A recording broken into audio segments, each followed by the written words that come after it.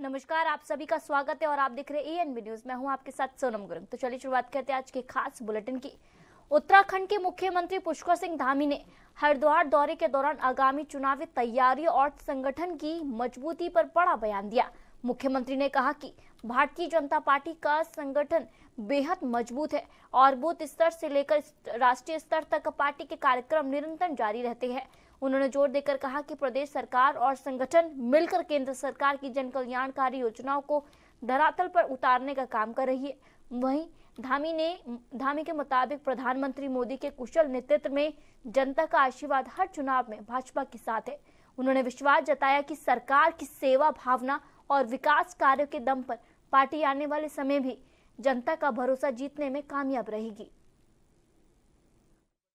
देखिए, वो तो भारत सरकार अपने स्तर से सभी को देती है और मैं समझता हूँ कि अगर मांग की जा रही है तो निश्चित रूप से उसका संज्ञान अवश्य लिया जाएगा। सर आपने कहा था 2027 में हैट्रिक मारने जा रही है भाजपा, इसको लेकर भारतीय जनता पार्टी की सभी तैयारियां चल रही हैं और संगठन स्तर पर हमारा मजबूत ढांचा है। नीचे तक बूथ अध्यक्ष से लेकर और पटना प्रमुख तक और पार्टी के हर स्तर पर लगातार हमारे कार्यक्रम चलते हैं, संगठनात्मक गतिविधियां चलती हैं, लगातार जो राष्ट्रीय स्तर से कार्यक्रम मिलते हैं उस पर काम करते हैं और राज्य की सरकार और संगठन दोनों मिलकर आम जनता के बीच में लगातार जाने का काम करते हैं। जो भी भारत सरकार की योजनाएं हैं, राज्य सरकार की योजनाएं हैं, उनको हमारे कार्यकर्ता संगठन के लोग नीचे तक ले जाने का काम करते हैं। हमारे जनप्रतिनिधि सब मिलकर एक अच्छा उदाहरण प्रस्तुत करते हुए यहाँ की जनता लगातार आदरणीय प्रधानमंत्री मोदी जी के नेतृत्व में हर चुनाव में अपना आशीर्वाद दे रही है और हम उनके आशीर्वाद को श्रद्धार्य करते हुए अपने प्राणों प्राण से जनता की सेवा करते हैं। उत्तराखंड के मुख्यमंत्री पुष्कर सिंह धामी ने देहरादून स्थित मुख्यमंत्री आवास में भारत के प्रथम chief of defence staff general Bipin Rawat की जयंती पर उनके चित्र पर श्रद्धांजलि अर्पित की। मुख्यमंत्री ने इस अवसर पर कहा कि जनरल बिपिन रावत पद्म विभूषण से सम्मानित अदम्य साहस, कर्तव्य निष्ठा और राष्ट्रीय भक्ति के प्रतीक थे। उन्होंने अपना पूरा जीवन मां भारती की सेवा में समर्पित किया। मुख्यमंत्री धामी ने कहा कि जनरल रावत का राष्ट्र की सुरक्षा और सेवा के प्रति समर्पण हम सबके लिए प्रेरणा स्रोत रहेगा और उनका नेतृत्व आने वाली पीढ़ियों को देश सेवा के लिए प्रेरित करेगा।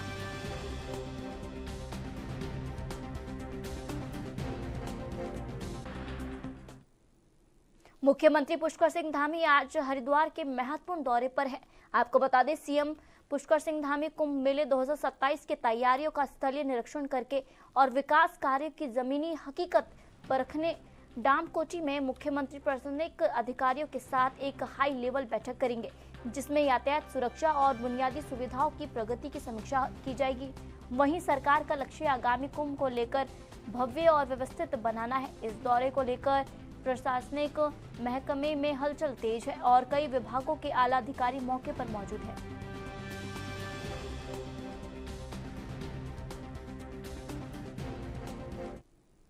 उत्तराखंड के मुख्यमंत्री पुष्कर सिंह धामी ने आज टिहरे गढ़वाल के GMVN गंगा रिजॉर्ट में आयोजित इंटरनेशनल योग फेस्टिवल में भाग लिया।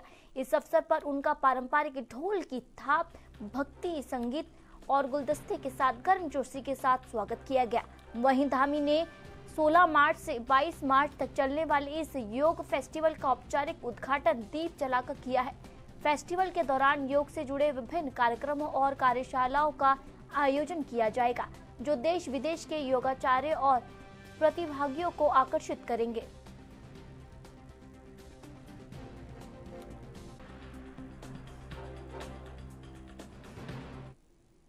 देहरादून में बीजेपी की महत्वपूर्ण संगठनात्मक बैठक आयोजित की गई, जिसमें राष्ट्रीय महामंत्री तरुण चुग और प्रदेश प्रभारी दुष्यंत गौतम सहित कई वरिष्ठ नेता शामिल हुए।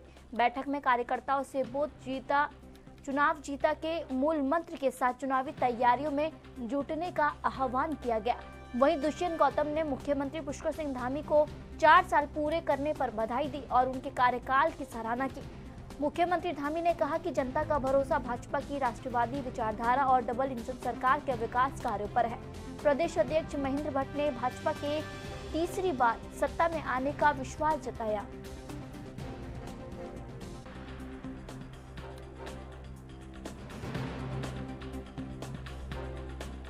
हमारे संगठन के जो प्रमुख पदाधिकारी हैं, सभी जनप्रतिनिधि हैं, सभी के अपने फीडबैक और अपने अपने क्षेत्रों में बूथ तक पार्टी का काम और मजबूती से जाए, हमारे पन्ना प्रमुखों तक ठीक प्रकार की रचना बने, भारतीय जनता पार्टी की तीसरी बार फिर से सरकार बनाने का संकल्प ले। सभी पदाधिकारी, सभी कार्यकर्ता, सभी हमारे जिला अध्यक्ष, जनप्रतिनिधि अपने अपने क्षेत्रों में जाएंगे और समाज के अंतिम छोर तक हमारा संगठन भी पहुंचे और सरकार भी। हल्द्वानी पहुंचे भीमताल विधानसभा क्षेत्र के कई वरिष्ठ कांग्रेसी नेताओं ने संयुक्त रूप से प्रेस कॉन्फ्रेंस करते हुए अपनी ही पार्टी को चेतावनी दे डाली कि यदि 2027 के चुनाव में पार्टी द्वारा किसी बाहरी व्यक्ति को आयोजित करके टिकट दिया गया तो कांग्रेस को इसका खामियाजा भुगतना पड़ेगा। वरिष्ठ कांग्रेस नेता और राज्य आंदोलनकारी हरीश पुनरी, वरिष्ठ कांग्रेस नेता केदार और वरिष्ठ कांग्रेस नेता राजेश सहित कई नेताओं ने हल्द्वानी में प्रेस वार्ता करते हुए कहा कि विगत 2-3 विधानसभा चुनाव में कांग्रेस द्वारा भीमताल विधानसभा में बाहर से आयातित नेताओं को टिकट दिया गया है, जिससे कांग्रेस को हार का सामना करना पड़ा। इसलिए इस बार समय रहते पार्टी के सभी नेता अपने नेतृत्व से गुहार लगा रहे हैं कि इस बार स्थानीय मजबूत, टिकाऊ और ईमानदार प्रत्याशी को ही कांग्रेस का टिकट दे, ताकि 2027 में भीमताल विधानसभा का चुनाव कांग्रेस बड़े अंतराल के साथ जीत सके। और सभी नेताओं ने एक साथ में कहा कि यदि बाहरी आयातित व्यक्ति को टिकट दिया गया तो सभी कांग्रेस के मूल कार्यकर्ता इसका पुरजोर विरोध करेंगे।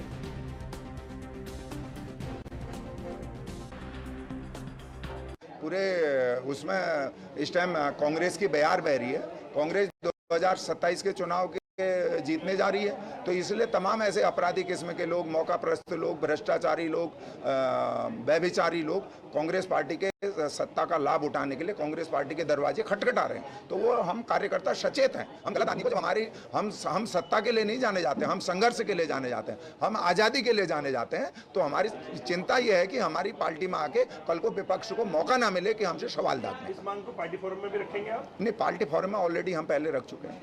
करिए 100% मैं पार्टी का समर्पित कार्यकर्ता हूँ। मेरे को ये मेरे किसी में कोई टिकट देगी मैं उसके पीछे पैसा लगाऊंगा। मैं बोल रहा हूँ 1 करोड़ रुपये दूंगा, बोल रहा हूँ, ओपन बोल रहा हूँ। आप कहो तो आप मैं दिखा देता हूँ पैसा, बताओ मेरे पास है। मेरे पास नंबर 1 का पैसा है। मैं कोई टैक्स पेयर हूँ, मैं ऐसा नहीं बोलता हूँ। हम खुद इलेक्शन में दावेदार हूँ, मैं खुद इलेक्शन लड़ रहा हूँ। मुझे पार्टी विश्वास करेगी तो मैं इलेक्शन पार्टी की झोली में डाल के दूंगा। अगर मेरे को छोड़ के अगर पार्टी किसी भी कार्यकर्ता को देती है मैं उसके पीछे भी पैसा लगाऊं, पर बाहर से लाए हुए व्यक्ति का मैं ओपन विरोध करूंगा। पार्टी मेरा ये अपनी पार्टी फोरम पर मेरा। बढ़ते अगली खबर की ओर। उत्तराखंड के मंगलोर में पुलिस ने बीते दिनों हुई सनसनीखेज कारटूल की वारदात का महज 24 घंटे के भीतर खुलासा कर दिया है। मामला 14 मार्च की शाम का है, जब 3 युवकों ने एक कार बुक की और मंगलोर गुंड मंडी के पास चालक को धक्का देकर गाड़ी लूट ली। आपको बता दें, वारदात को अंजाम देकर भागते समय आरोपियों की कार से एक स्कूटी सवार व्यक्ति की टक्कर हो गई, जिसकी अस्पताल में उपचार के दौरान ही मौत हो गई। इस हादसे के बाद आरोपी कार छोड़कर मौके से ही फरार हो गए। पुलिस ने मुस्तैदी दिखाते हुए घेराबंदी की और हरियाणा के एक शातिर हिस्ट्री शीटर को दबोच लिया। पकड़े गए आरोपी के पास से लूटी हुई कार भी बरामद कर ली गई है। फिलहाल पुलिस इस गिरोह के बाकी सदस्यों की तलाश में जुटी है और हिस्ट्री शीटर से गहन पूछताछ की जा रही है।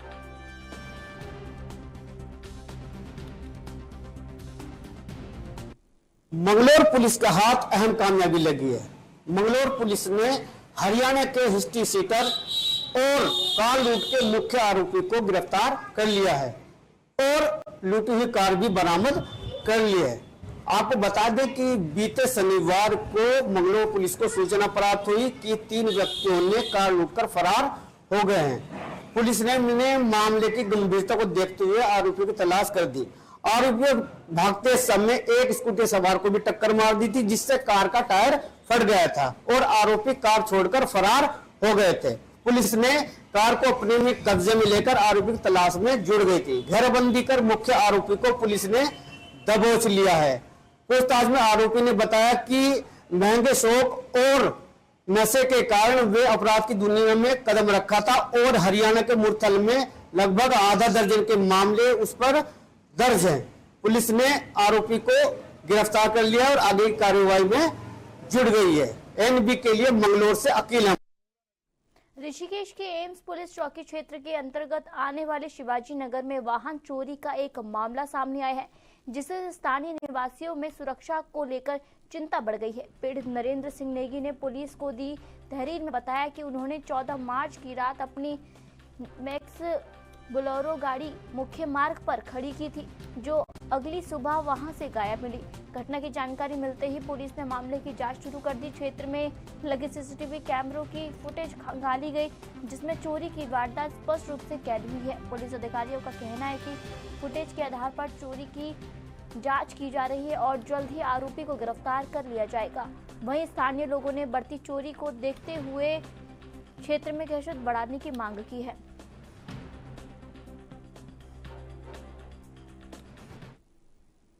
ऋषिकेश के हरिद्वार रोड स्थित वैष्णो प्लाजा के बाहरी पार्किंग और हाईवे की जमीन पर अतिक्रमण कर निर्माण किए जाने का मामला सामने आया है। बताया जा रहा है कि एक व्यापारी रेस्टोरेंट खोलने की तैयारी के बीच दुकान के बाहर खाली पड़ी पार्किंग की जमीन पर कब्जा कर निर्माण कर रहा था। इतना ही नहीं, पार्किंग के बाहर हाईवे की जमीन पर भी निर्माण किए जाने की बात सामने आई। दिन दहाड़े हो रहे इस निर्माण की शिकायत संबंधित अधिकारियों तक पहुंचने के बावजूद अब तक कोई ठोस कार्रवाई नहीं हो पाई। नगर आयुक्त गोपाल राम बिनवाल ने बताया कि टीम को मौके पर भेजा गया और एनएच के अधिकारी इस मामले में कार्रवाई करेंगे।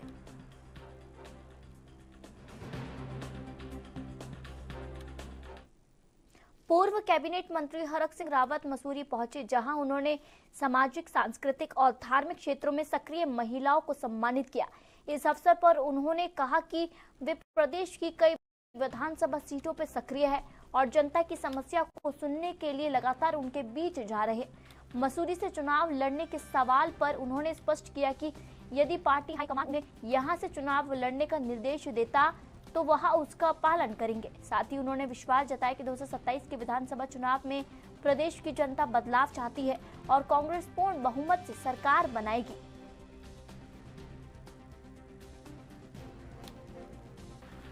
मसूरी से चुनाव लड़ सकते थे। मैं सब जगह मैं तो अभी सहसपुर में बहुत सक्रिय हूँ, मैं चौटाखाल विधानसभा में बहुत सक्रिय हूँ, मैं हरिद्वार में बहुत सक्रिय हूँ, मैं तो पूरे प्रदेश में दौरा कर रहा हूँ। मैं भी चमोली में इसी तरह महिलाओं का सम्मान का कार्यक्रम 8 मार्च को हमने बहुत बड़ा अच्छा कार्यक्रम किशोर हमने किया। मैंने गौचर में किया। मैं अभी केदारनाथ में भी बहुत सक्रिय हूँ। सर माना जा सकता है कि आप हर जगह यहाँ पे था तो देखिए, मैंने पहले भी कहा, मुझे पार्टी जो आदेश करे हम पार्टी का आदेश का पालन करेंगे। पार्टी ने मुझसे पूछा था, मैंने कहा जहां भी आप आदेश करोगे मैं इसे काम सब जगह कर रहा हूँ। आप देखोगे मेरे प्रोग्राम को, पिछले आप समाचारों में देख रहे होंगे, सोशल मीडिया में देख रहे होंगे, मेरे दौरे लगातार। मैं सोचता हूँ कि कोई दिन ऐसा नहीं है जिस दिन मेरे लगभग 4-5 कार्यक्रम नहीं। मैं तो पूरे प्रदेश में जा रहा हूँ, कुमाऊं का दौरा करूंगा भी। वक्त हो गया छोटे से ब्रेक का।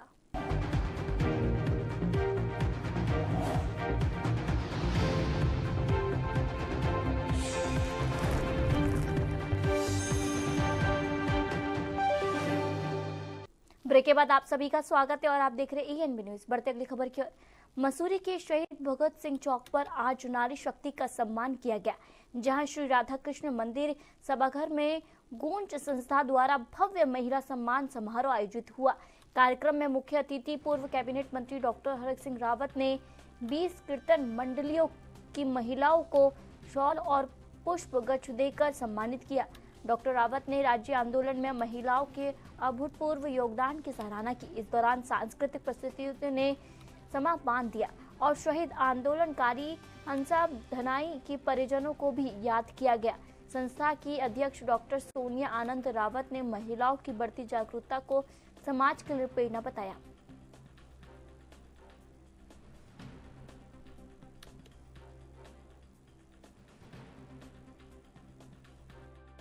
करती हूँ। आज पूरी मसूरी से, बल्कि आज थोड़ा सा हॉल भी छोटा पड़ गया हमें, और आज हमने 18 या 20 के लगभग जो है अपनी कीर्तन मंडलियों को सम्मानित किया। लोग बढ़ चढ़ करके हिस्सेदारी लोगों ने निभाई, और लोग खुद मुझे टेलीफोन करते रहे कि मैडम हम भी आपके साथ काम करना चाहते हैं, हम भी आपके साथ जुड़ना चाहते हैं। तो आज ये कोई पॉलिटिकल, पहली बात तो पॉलिटिकल मैं इसको नहीं कहूँगी, ये एक सामाजिक कार्यक्रम था। और मुझे लगता है आज समाज में महिलाओं को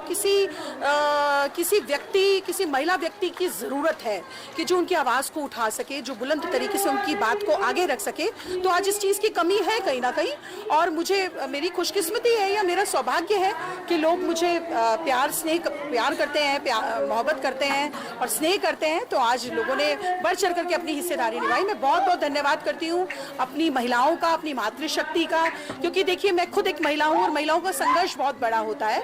और उसी संघर्ष के साथ साथ मैं समझती हूँ कि महिलाएं जब घर छोड़ करके, अपने बच्चे छोड़ के, अपने परिवार छोड़कर जब घर से निकलती हैं, तो उनको वो सम्मान और वो इज्जत और वो सामाजिक जो उनका एक नेतृत्व करने की जो क्षमता है वो उनको मिलना चाहिए। देहरादून के रायपुर क्षेत्र से एक सनसनीखेज मामला सामने आया है, जहां चूना भट्टा के पास एक अज्ञात महिला का शव मिलने से इलाके में हड़कंप मच गया। घटना की जानकारी मिलते ही एसपी सिटी भारी पुलिस बल के साथ मौके पर पहुंचे और घटनास्थल का मुआयना किया। शुरुआती जांच में पुलिस को महिला के शरीर पर चोट के गहरे निशान मिले, जिससे हत्या की आशंका जताई जा रही थी। वहीं अधिकारियों के मुताबिक शव लगभग 3 से 4 दिन पुराना है।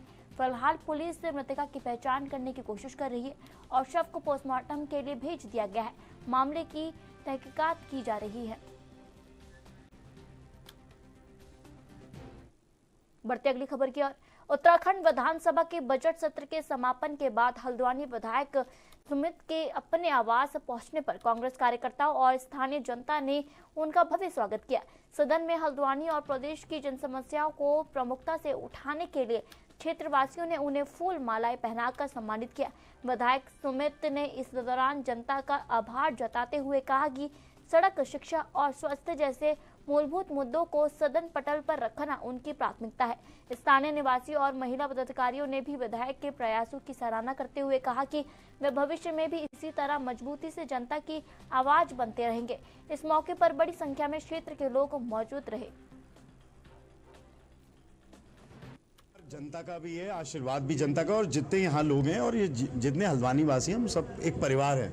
यही उस धारणा से, उस प्यार से, उस विश्वास के साथ मैं भी जाता हूँ वहाँ पे कि मैं अपने परिवार की आवाज़ उठा रहा हूँ और मेरा परिवार का आशीर्वाद मेरे साथ है। तो ये बहुत बड़ा आशीर्वाद है और मैं बड़ा सौभाग्यशाली हूँ कि मेरे को इतना लोग आशीर्वाद देते हैं। और बात पक्ष विपक्ष की नहीं है, जब बात आती है हमारे क्षेत्र की, हमारे प्रदेश की, तार्किक तौर पर जो ज्वलंत मुद्दे हैं उन्हें उठाना हमारा फर्ज है, चाहे हम सत्ता पक्ष में हो चाहे विपक्ष में। और ये विधायक जी ने आज आप लोग पहुंचे हैं स्वागत करने, जिंदाबाद से नारे लगाए जा रहे हैं, भरोसा है विधायक जी पे, किस प्रकार से दिखता है? देखिए, हमारे क्षेत्र में जो है काफ़ी समस्याएं हैं और उन समस्याओं को हमारे विधायक जी क्रमवार वहां पर उठा रहे हैं और क्षेत्र की हर समस्या को, एक एक समस्या को लेके चल रहे हैं। और भविष्य में भी हमें ये उम्मीद है कि हमारे विधायक जी हमारे इस कामों को उठाएंगे। अगर जब आवाज़ उठेगी तो उस आवाज़ को सुनने वाला कोई न कोई होगा।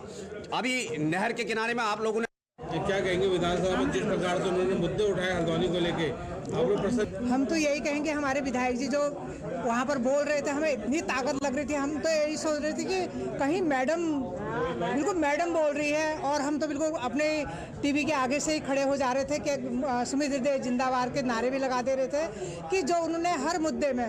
रवा राजपूत एकता एवं उत्थान समिति की ओर से रवा कुटुंबम 2.0 पारिवारिक मिलन कार्यक्रम का भव्य आयोजन किया गया। इस कार्यक्रम में देश भर से रवा राजपूत समाज के सैकड़ों लोगों ने शिरकत की, जिससे समाज की एकजुटता की अनूठी तस्वीरें देखने को मिली। समारोह के दौरान समाज के उत्थान के लिए उल्लेखनीय कार्य करने वाले व्यक्तियों और प्रतिभावान छात्र छात्राओं को सम्मानित किया गया।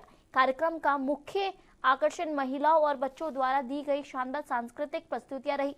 वक्ताओं ने अपने संबोधन में कहा कि इस तरह के आयोजनों से न केवल आपसी जुड़ाव मजबूत होता है, बल्कि नई पीढ़ी को भी अपने पूर्वजों के आदर्शों और संस्कारों से जुड़ने की प्रेरणा मिलती है।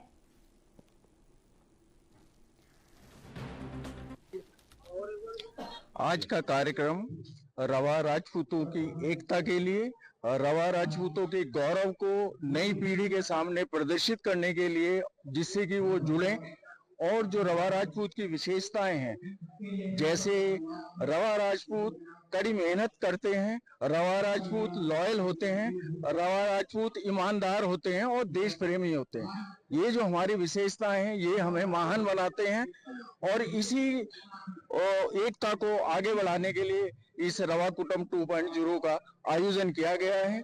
हमारी जो प्रतिभाएं हैं, बच्चे हैं, वो सामने आए और देखें हमारे जो पूर्वज हैं उन्होंने क्या क्या किया है और हमारी जो विशेष प्रतिभाएं हैं, जैसे डॉक्टर BS राजपूत जो वाइस चांसलर रहे गढ़वाल यूनिवर्सिटी के, कुमाऊं यूनिवर्सिटी के, हमारे प्रोफेसर भीम सिंह जी जिनको अभी प्रधानमंत्री जी ने विज्ञान श्री प्रोग्राम से पुरस्कार से सम्मानित किया है, उनकी जीवनियों को सामने रखें जिससे बच्चे आगे बढ़े। आज कार्यक्रम में क्या क्या यहाँ पर किया गया, जैसे आप सम्मानित ये जो हमारा रवा राजपूत कार्यक्रम, परिवार मिलन कार्यक्रम जो है, इसमें जितने भी हमारे दूसरे शहरों से भी अतिथिगण आए हैं उन सभी का मैं हार्दिक स्वागत और अभिनंदन करता हूं और ऐसे खराब मौसम में भी उन लोगों ने आके इस परिवार मिलन में अधिक से अधिक संख्या में। उत्तराखंड भाजपा में इन दिनों आतंकवाद खुलकर सामने आ रही है। बद्रीनाथ केदारनाथ मंदिर समिति के पूर्व अध्यक्ष अजय के बयानों ने सियासी पारा गरमा दिया है। आपको बता दें, अजय ने सोशल मीडिया पोस्ट के जरिए पार्टी की कार्यप्रणाली पर सवाल उठाते हुए संन्यास की बात कही है। उनका आरोप है कि भाजपा में पुराने कार्यकर्ताओं की अनदेखी हो रही है। इस पर कड़ा रुख अपनाते हुए भाजपा प्रदेश अध्यक्ष महेंद्र भट्ट ने साफ कर दिया कि संगठन के खिलाफ सार्वजनिक बयानबाजी बर्दाश्त नहीं की जाएगी। भट्ट ने दो टूक कहा कि ऐसी विचारधारा रखने वाला व्यक्ति भाजपा का कार्यकर्ता नहीं हो सकता।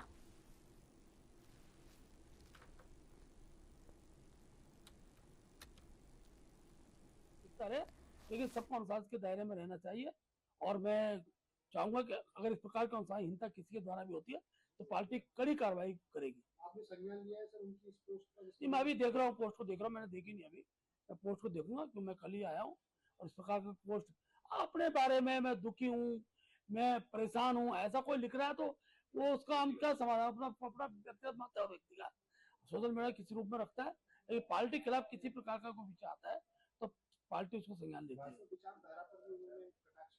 विचारधारा पर कटाक्ष करने वाला बीजेपी कार्यकर्ता हो ही नहीं सकता है। उत्तराखंड विधानसभा के बजट सत्र के समापन के बाद अब सियासत गर्मा गई है। नेता प्रतिपक्ष यशपाल आर्य ने देहरादून में प्रेस वार्ता कर सरकार को घेरा है। आर्य का आरोप है कि पिछले 4 सालों से सरकार जानबूझकर विधानसभा सत्र की अवधि को छोटा रख रही है। उन्होंने कहा कि कार्य मंत्रण समिति की बैठकों में बार-बार सत्र बढ़ाने की मांग की गई थी, लेकिन सरकार ने उस अनसुना कर दिया। विपक्ष का कहना है कि सत्र छोटा होने के कारण विधायक अपने क्षेत्र की जन समस्याएं सदन में नहीं उठा पा रहे हैं। नेता प्रतिपक्ष ने प्रदेश में बढ़ते भ्रष्टाचार और जमीनी घोटालों पर भी सरकार से सीधा जवाब मांगा है।